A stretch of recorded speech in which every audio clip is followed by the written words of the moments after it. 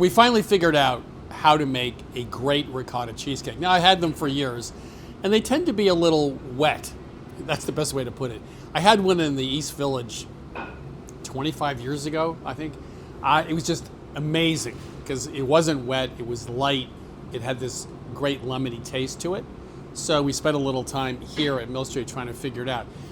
We're trying to do 4 things with this recipe. Get rid of a pre-baked crust. We're going to lighten it up by using some beaten egg whites because a lot of New York style cheesecakes are really heavy. We're not using too much sugar. We used about 3/4 cup. A lot of cheesecakes are definitely much too sweet.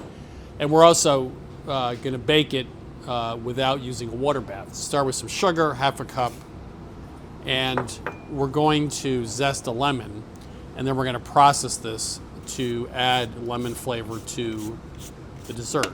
The essential oils really coat the sugar, and you get this wonderfully scented perfumed sugar. Ricotta, please don't use low-fat ricotta. I mean, if you like me at all, please use whole fat. Calabro was our favorite brand, so that's 2 cups of ricotta, a cup of mascarpone, 1 container. Whoever invented low-fat when it comes to dairy needs to take a trip to the woodshed because, like, low-fat yogurt is like wallpaper paste. It has no flavor. So eat half as much whole milk, and then it'll taste good, right? It's just 30 seconds. You're just looking for everything to get mixed up. It's going to definitely lighten the consistency. This is a device that really is a huge time saver. Now we have the rest of the ingredients. We have egg yolks, some of the semolina flour. This adds a little texture. We have salt, we have lemon juice, and we have a little marsala, or you could use a dry sherry, and we'll process that.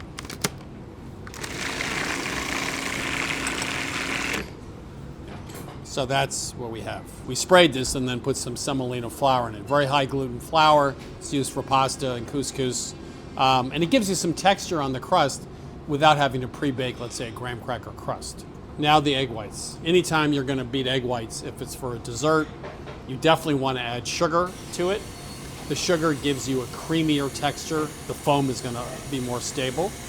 The second thing is you want to start the egg whites without the sugar so they start getting a little frothy, and then we'll add the sugar slowly and beat.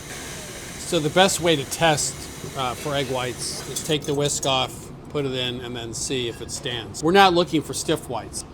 You want the whites to be the same texture as the batter. If it's stiff, they're not going to fold in, and you're going to have to overfold. When you overfold, you're going to decrease the lift power of the whites. That's about right. I'll give it just about 5 more seconds.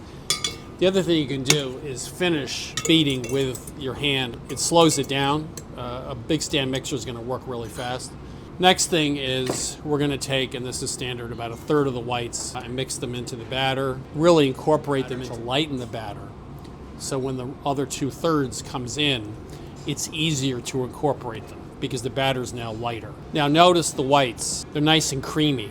They don't look foamy, and that's because of the sugar. The sugar stabilizes the air in the whites and gives you a creamy white that's much less likely to be damaged when you're folding it in. You know, I've been doing this 40 years. I only have 2 things to say about baking. That's one of them, but you don't want to overdo it. So there you go. Okay. So you can see this is a particularly light mixture for cheesecake. Okay. Goes into a 350 oven for about 45 minutes. The question I get most, even from some of my kids who are bakers, is how do I know when it's done? You want the cheesecake to still jiggle, especially in the middle. You don't want it to be fully set. If it's fully set, they'll be baking outside out of the oven as it sits, and it's going to get gnarly. The other thing you can do is take an instant thermometer and put it sort of right halfway between the center. You don't want it to be 160 or higher. So that'll tell you. Now this cheesecake does crack a little. For 40 years, I talked about baking cheesecakes that don't crack. And now, any of you who remember that speech from the 1990s are going to say, hey, you got a crack on top of your cheesecake. This cake, because of what's in it, very little flour, it's semolina, it's going to have a little bit of crack also with the egg whites. So you're going to see a little cracking on top, but it's not an indication of over baking. It's just the nature of this particular recipe. It actually makes it look rustic. Anytime I bake something that doesn't look great or has a problem, I just call it rustic, and then everyone goes, oh, it's rustic. It looks good. This has the classic ricotta style cheesecake texture, right? It's not super smooth and dense. It's extremely light. The other thing I love about this is it has that lemony flavor and a little bit of that marsala in it. Yep, this is excellent. If I say it myself, I can make this for myself anytime. That's really good.